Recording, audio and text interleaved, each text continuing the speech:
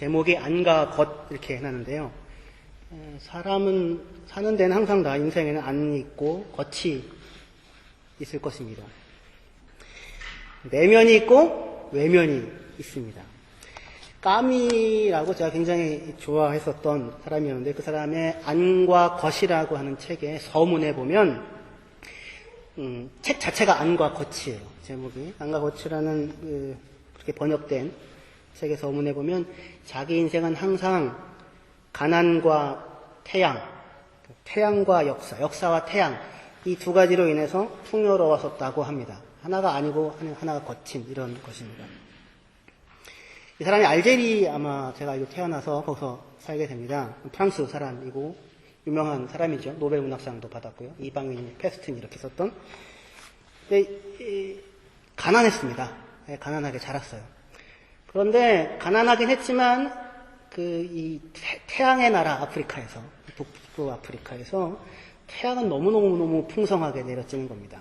빈부귀천 차이가 없이 그죠? 어디나 누구나 누릴 수 있는 그 풍성한 것으로 주어집니다. 저는 한국에 있을 때 이 내용을 볼 때는 별로 감이 안 왔는데 독일에 오니까 태양이라고 하는 것이 있다는 것만으로도 얼마나 대단한가. 이 까미라는 사람이 틈만 나면 이탈리아를 가고 싶어 했습니다. 거기 가는 것을 상상만 해도 너무 행복해지는, 이렇게 별로 감이 안 왔는데 해만 나면 저도 미칠 것 같은 이런 독일에 살다 보니까 이게 엄청난 거구나 하는 생각을 하게 되더라고요. 그러니까 태양이라는 풍성함이 있기 때문에 그 덕분에 가난이 원한으로 가지 않게 되더라 이렇게 얘기를 합니다. 태양이라는 풍성함이 없었다면 가난은 원한으로 남을 수 있었겠지만 태양이라는 풍성함이 있어서 가난은 원한이 아니라 오히려 수많은 것들을 시도하게 하고 그리고 감사하게 하는 풍부함이 근원이 되었다. 그렇게 그 사람은 쓰고 있습니다. 그래서 겉모습은 그 알제리 그곳에서 어린 시절을 보낼 때 가난하게 보이고 가난할 수 있어도 내면에는 그 풍성한 밖에서 빛나는 태양과 같은 태양빛이 자기 안에서도 빛나고 그리하여서 가난이 오히려 자기 개인에게는 풍요를 여는 문이 되었다. 그렇게 얘기합니다. 그러니까 내면에는 겉으로는 가난해 보이지만 내면에는 태양 같은 빛이 빛날 수 있고 또 뒤집어서 얘기하면 내면에는 태양과 같은 빛이 빛나고 있어도 겉으로 볼 때는 가난하여서 아무것도 없어 보이는 그죠? 그런 삶으로 보일 수도 있을 것입니다. 그렇게 양면이 어디에나 안의 모습과 겉의 모습이 있는 것 같습니다. 성공한 사람들 보면 그 화려함 뒤에 항상 아픔과 쓸쓸함이 다들 있지 않습니까? 그렇죠? 전면이 있으면 뒷면이 있을 것입니다. 또는 초라해 보이는 외면 안에도 그 안에 넉넉함과 여유가 있을 수 있을 것입니다. 무엇이 더 중요하다고 생각하십니까?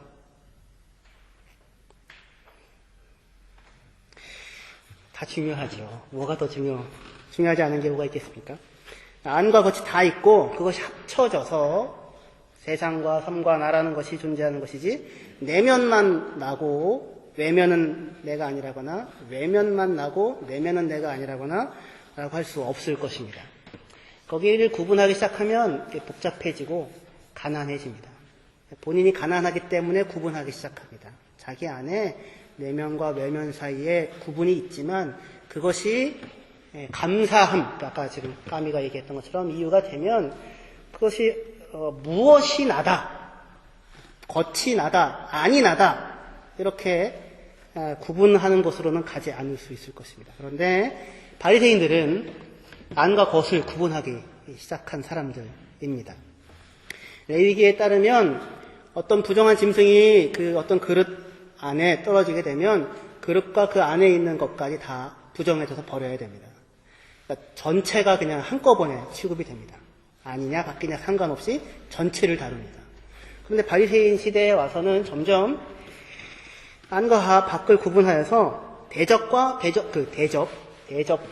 그릇과 그릇 안에 있는 내용물 무엇이 더 중요하냐 이런 것을 따지기 시작했습니다. 내용물이 중요하다.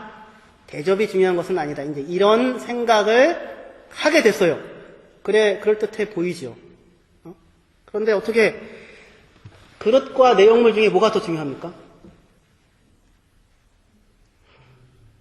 그릇이 더 중요하죠. 무슨 그릇에 담겨져 있느냐. 예, 어떤 사람에게 그렇게 느끼고 어떤 사람은 그게 무슨 그릇에 담겨있던 맛이 좋아야지 되는 것 아니겠습니까? 둘 다 구분할 수 없고 분리할 수 없게 중요하지요. 그죠? 어떤 대접에 담겨져 있느냐가 맛조차 다르게 만들지 않습니까? 그렇죠. 그러니까 그릇과 대접, 그릇과 그릇 안에 담긴 것 중에서 어느 것이 더 중요하다라고 쉽게 물을 수가 없는 것입니다. 그런데 바리새인들은 그것을 구분하기 시작했고, 그러면서 어떤 그 의도는 그거예요. 그 안에 들어있는 내용물을 강조하기 위해서 했던 것입니다. 하지만 결국에 그 안에 있는 내용물을 강조하기 위하여 그 내용물의 오염을 막기 위해 그릇에 어떠한 경우에가 그릇이 더러워지고 어떠한 경우가 그릇 밖이 더러워지는 어떠한 경우 그릇 밖이 더러워질 때 안의 것이 더러워지며 어떠한 것이 경우 그릇 밖이 더러워져도 안은 안 더러워질 수 있는가? 무슨 얘기인지 아시겠죠? 그런 구분을 하려고 했던 것입니다.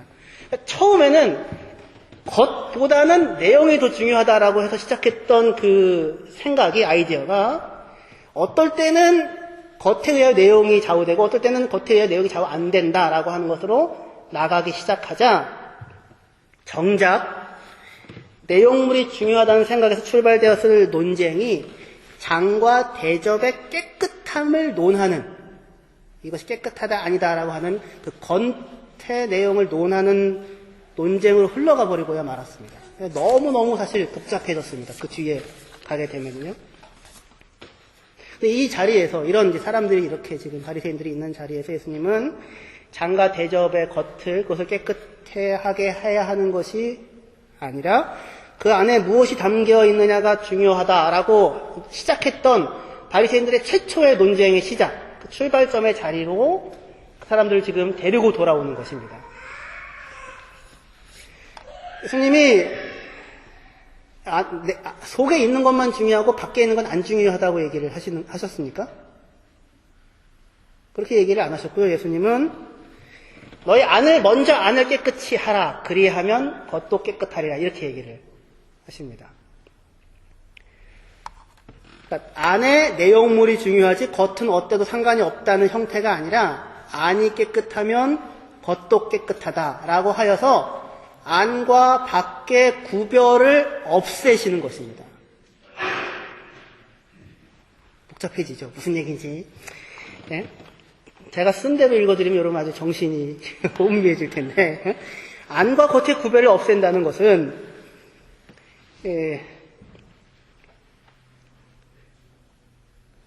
안이 깨끗하면 겉도 깨끗하다고 해서 그 구분을 없애고 있습니다. 안과 겉의 이 구별을 없앤다는 것은 인생의 안과 겉이 같이 존재하고 있다는 사실을 부정하는 것도 아니고 그 두 개가 서로 구분될 수 없이 무엇 하나만 진짜라고 이야기할 수 없는 아니든 겉이든 무엇 하나가 아니라 둘이 일체이고 둘이라 말할 수 없는 하나 라고 말하고 있는 저도 이게 무슨 얘기인지 잘 모르겠는, 그러나 내용이 뭔지는 전달이 되고 있다고 저는 생각하게 되는 안에 있는 것과 겉에 있는 것이 구분할 수 없이 동일하게 중요하다는 이야기입니다. 예수님의 말씀은 안이 깨끗하면 겉도 깨끗해진다. 지금 이렇게 지금 얘기를 하고 있습니다. 안만 중요하다? 아니죠. 겉은 안 중요하다? 아니죠. 무엇 하나가 더 중요하다, 덜 중요하다 할 수 없는 안과 겉 양면이 다 있는데 바리새인들에게 있어서는 내용, 들어있는 것이 중요하다고 해서 시작했던 논쟁이 뭐로 갔어요? 겉에 어떻게 더러워졌을 때 안에도 더러워지며 어떻게 더러워졌을 때는 안에는 안 더러워지는가로 자꾸 가다 보니 겉의 깨끗함으로만 자꾸 집중하게 되어지더라. 그것이 구분되고 분리가 되더라라고 하는 것이었습니다. 좀 더 쉽게 얘기를 해보겠습니다. 바리새인들에게 있어서 경건이 향하는 방향이 하나님을 사랑하고 사람을 사랑하는 방향이 아니었던 것입니다. 출발 자체는 이 사람들은 경건한 사람들이고 하시림이라서 경건한 사람들이 이렇게 출발했는데, 근데 이 사람들의 이 역사적 비극이기도 하겠지만 성전이 더럽혀지는 일이 167년에 일어나게 됩니다. 157년인지 167년인지 주요 하여튼 그 사이입니다. 성전이 더럽혀지는 일이 벌어지고 나서 그로 말미암아 그 이후에 경건을 유지하기 위하여 이 성전의 깨끗함, 정결함, 더럽혀지지 않음을 생명처럼 이렇게 지키려고 했던 그 종교적인 분위기가 있었습니다. 그래서 하나님을 사랑하는 것은 거룩함과 깨끗함과 더럽혀지지 않음을 지켜내는 것이다. 이런 쪽으로 가게 됐었던 것이에요. 그러니까 하나님을 사랑하고 사람을 사랑하는 것으로 가지 않고 경건의 방향이 더럽혀지지 않는다. 더러우면 안 된다. 깨끗해야 한다. 이렇게 갖고 그래서 더럽혀지지 않을 수 있는 길을 찾았고 그것을 자꾸 사람들에게 제시를 해주려고 했던 것입니다. 그런데 중요한 것은 예수님의 말씀은 지금 그거예요. 중요한 것은 더럽혀지지 않는다가 아니고 너희가 하나님의 자녀니까 하나님의 자녀로 살아라. 이런 방향입니다. 예수님께서 바리새인들에게 그 다음에 그 사람들을 회칠한 무덤이다 이렇게 얘기를 하시지 않습니까? 겉은 그럴 때 보이는데 속은 사실은 시체가 있는 것이다. 그런데 무덤에 회를 칠하는 것은 사실은 아름다우라고 칠하는 것이 아니고요. 눈에 잘 띄라고 칠하는 것입니다. 이 유대에서는 6월절을 앞두고 1년에 한 번씩 예루살렘과 예루살렘 주변에 있는 모든 무덤에 회를 칠했습니다. 왜 그랬을까요? 아름답게 보이려고. 칼크, 그냥 석회를 바르는 거거든요. 근데 아름답게 보이려고 바르는 게, 그게는 좀 더 그럴듯한 걸 발라야죠. 그죠?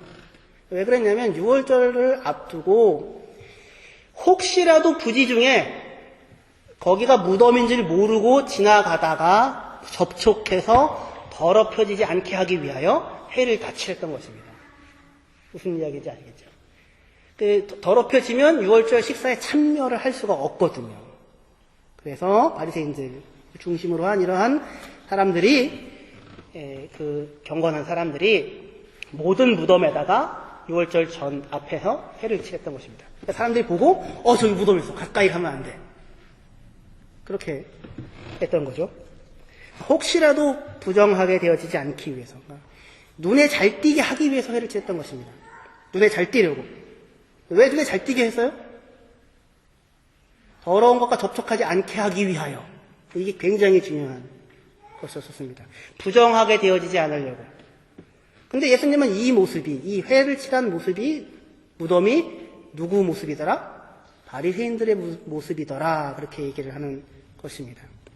바리새인들의 경건이 흘러가는 방향이 항상 이렇게 만지지 않게 하기 위해서, 접촉하지 않게 하기 위해서, 더럽혀지지 않기, 그쪽으로만 자꾸 갔던 것입니다. 그러니 그 모습이 회칠한 무덤 같더라라는 것입니다.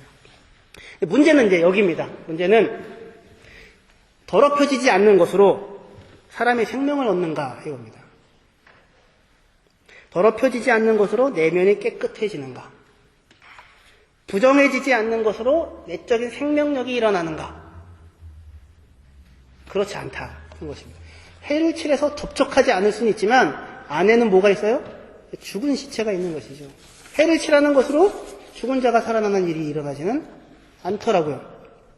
안에 죽음이 있고 욕망과 탈취한 것으로 채워져 있는데 바깥이 더러워지지 않는 것으로 자신 안에 들어와 있는 죽음과 더러운 것들을 보지 못하고 있는 그것이 지금 현재 바리새인들의 모습이고 사람들의 모습이다 이렇게 얘기를 하는 것입니다. 얼마 전에 제가 미나 장화를 빨았습니다. 미나 장화를 빨았는데요. 진짜 정말 더럽더라고요. 정말 더러운 거를 오랫동안 불려놓은 거를 또 이제 제 아내가 그걸 빨게 할 수는 없어서 제가 이제 빨았는데 바깥을 막 이렇게 닦았습니다. 그것도 잘 안 지더라고요. 한참 닦고 나서 보니까 겨우 볼만하게 깨끗해졌어요. 근데 속 안을 보니까 이거는 그 감당을 할 수가 없는 그 상황에 있는 겁니다. 그래서 아유 됐어. 속은 안 닦아. 속은 안 닦고 그냥 밖에만 닦아서 지금 그래서 또 널어놔 있는 상태입니다. 월요일 날 되면 이제 가지고 가야 돼요. 제가 가사에 보탬이 됐는지, 일을 더 만들었는지는 잘 모르겠습니다. 하지만 그래도 겉이 깨끗해 보이니까 속은 어떻게 됐든지 간에 일단 그 신발은 겉에서 볼 때 뭐가 된 거예요? 깨끗한 신발이 되어져 있는 것이죠. 이게 지금 바리새인들이 가질 수 있는 오해이고 위험이었습니다. 예수님 말씀은 그래서 그러면 너희는 속도 빨아라. 힘들지만 속도 빨아라.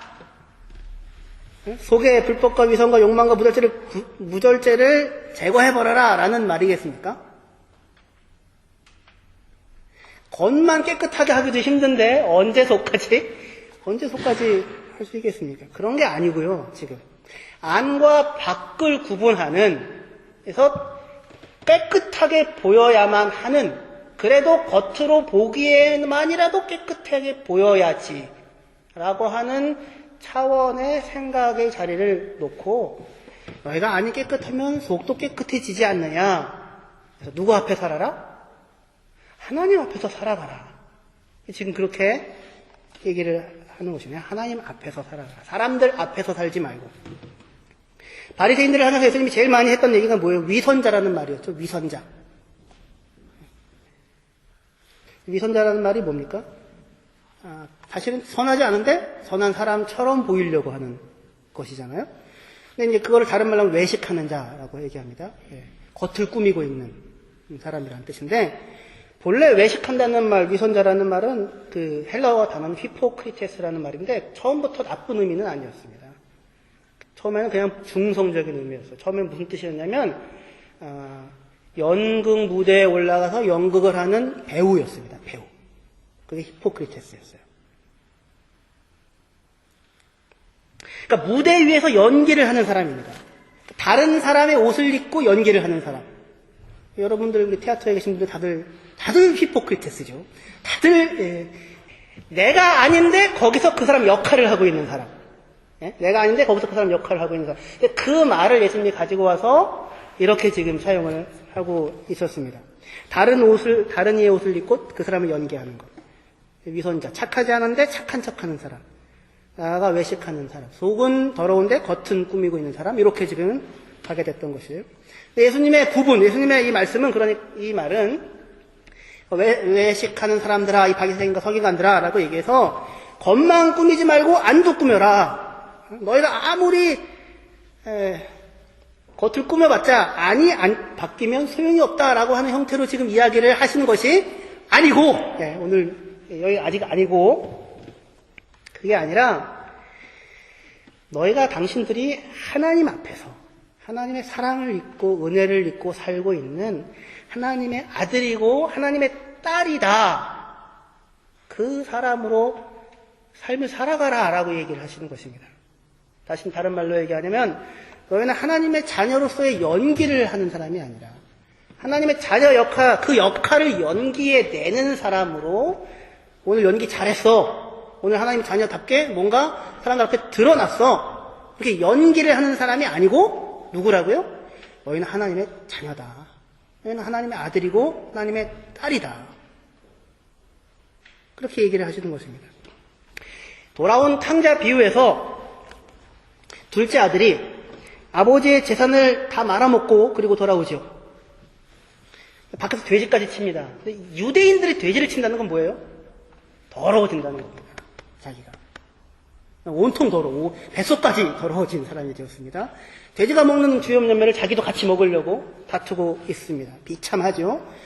내가 나한테 아버지가 있는데 내가 왜 이리 사나? 그래가지고 자기 아버지 유산 미리 다 챙겨왔던 그 아들이 뻔뻔스럽게도 어떻게 보면 아버지 집으로 갑니다. 하지만 양심이 있으니까 내가 아들이라고는 못하겠고 품꾼의 하나로라도 나를 써달라고 하고 아버지 집으로 가야겠다. 내 아버지 집이 훨씬 낫다. 그리고 가서 아버지 집으로 갑니다. 바리새인들의 입장에서 보면 이 아들은 더럽혀진 사람이죠. 돼지 치는 사람들과 함께 살았었으니까 더러운 사람입니다. 이미 부정해졌습니다. 바꿀 수 없는 부정함일지도 모르겠습니다. 그런데 그 아들이 오는 것을 보고 아버지가 달려나갑니다. 나를 품꾼의 하나로라도 써주십시오 라고 이 아들은 얘기하는데 아버지는 달려나가서 더럽혀지고 부정해지고 더러워지고 깨끗하지 않은 그 아들을 안고 옵니다. 그리고 그에게 새 옷을 입혀줍니다. 옷을 벗기고, 얼마나 그 돼지우리에 굴러먹었으니 더러웠겠습니까? 옷을 벗기고 새 옷을 입혀주고 반지를 끼워줍니다. 그걸 아들로 맞아줍니다. 여기가 예수님께서 말씀하시는 안과 겉입니다. 그의 겉은 더러워졌고 탕자의 내면 또한 아들답지 못합니다. 그런데 아버지는 그를 아들로 맞고 있습니다. 그는 아버지의 아들입니다. 아버지는 그의 더러워진 옷을 벗기고 그의 겉을 씻고 그를 아들로 맞습니다. 그로 인해 즐거워하면서 잔치를 벌입니다. 그렇죠? 이것이 돌아온 탕자의 안과 겉이고 우리 그리스도인들의 안과 겉입니다. 나를 사랑하여서 내 죄를 씻어주신, 나를 아들로 맞으시는 아버지, 그 아버지 앞에서의 안과 겉입니다. 그런데 이렇게 잔치가 벌어지자 밖에서 그날도 저녁 늦게까지 아마 일을 했을 큰아들이 옵니다. 잔치가 납니다. 잔치 소리가 들립니다. 자기 동생이 돌아왔다고 합니다. 근데 그 얘기를 듣고는 분노합니다. 안 들어가려고 합니다. 아버지가 나가서 들어가자고 권고합니다. 그러자 그 아들이 대답을 합니다. 누가복음 15장 29절 한번 찾아보십시다. 누가복음 15장 29절이요.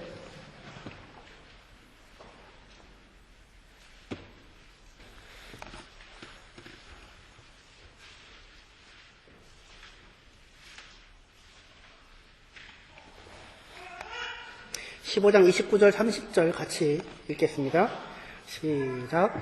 아버지께 대답하여 이르되 내가 여러 해 아버지를 섬겨 명을 어김이 없거늘 내게는 염소 새끼라도 주어 나와 내 벗으로 즐기게 하신 일이 없더니 아버지의 살림을 창녀들과 함께 삼켜버린 이 아들이 돌아오매 이를 위하여 살찐 송아지를 잡으셨나이다.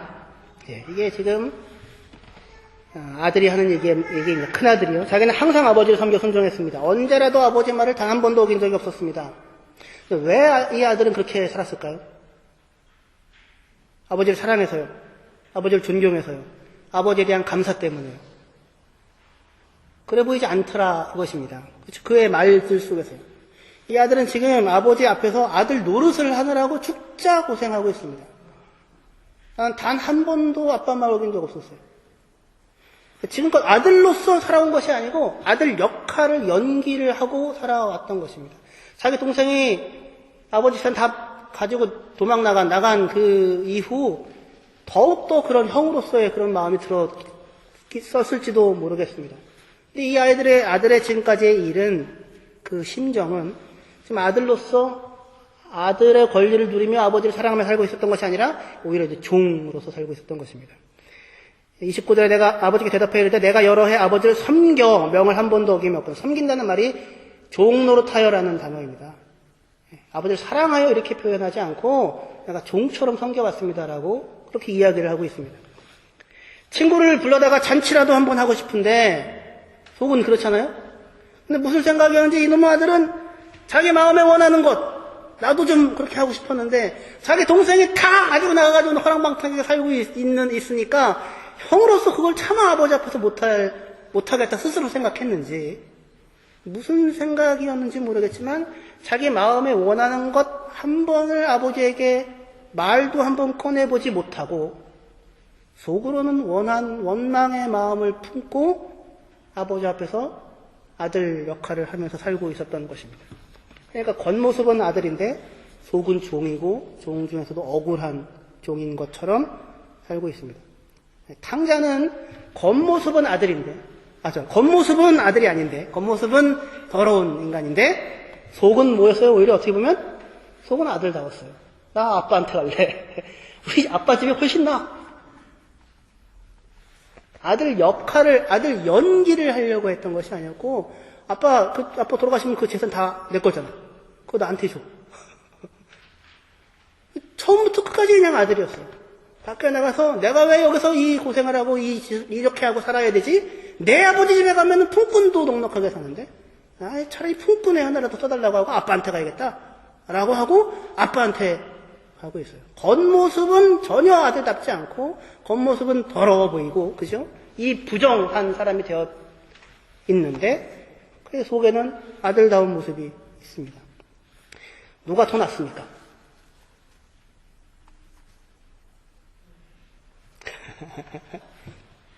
아빠가 그때 큰아들한테 얘기를 합니다. 31절, 32절 같이 읽어보겠습니다. 시작. 아버지가 이르되 예, 너는 항상 나와 함께 있으니 내 것이 다 내 것이로되 이 내 동생은 죽었다가 살아났으며 내가 얻었다가 우리가 즐거워하고 기뻐하는 것이 마땅하니라. 아버지가 얘야 이렇게 부릅니다. 얘야, 아이야. 또 아마 장성한 아들이었을 텐데 아가야 뭐 이렇게 얘기를 하는 것입니다. 아이고 이놈의 자식아. 그렇게 합니다. 내가 너와 항상 함께 있지 않느냐. 이놈의 자식아, 이 밥통 같은 녀석아. 너는 항상 나와 함께 있었고 나는 항상 너와 함께 있지 않았느냐. 그러니 내게 다 네 거고 네게 다 내 거고 그러니 넌 지금 네 동생이 들어왔지 않냐. 그러니 우리가 함께 기뻐하자.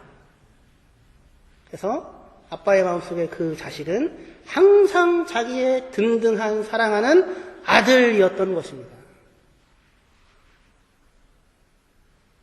그 놈뿐만 아니라 아빠의 마음속에 이 첫째 아들은 항상 자기가 든든하게 생각하는 자기의 아들, 우리가 함께 이 동생 들어왔으니 이 밥통 같은 자식아, 이 아이야 함께 기뻐하자. 이렇게 지금 얘기를 하는 것입니다. 그게 예수님께서 얘기하는 안과 겉입니다. 애가 밖에 나가가지고 열심히 놀아가지고 옷을 다 후지르고 왔습니다. 가지고 그래서 너무너무 후지르고 와가지고 뒤지게 맞았습니다. 요즘에는 후지르고 와도 애를 패시지는 않죠. 저희 어렸을 때는 후지르고 오면 맞았습니다.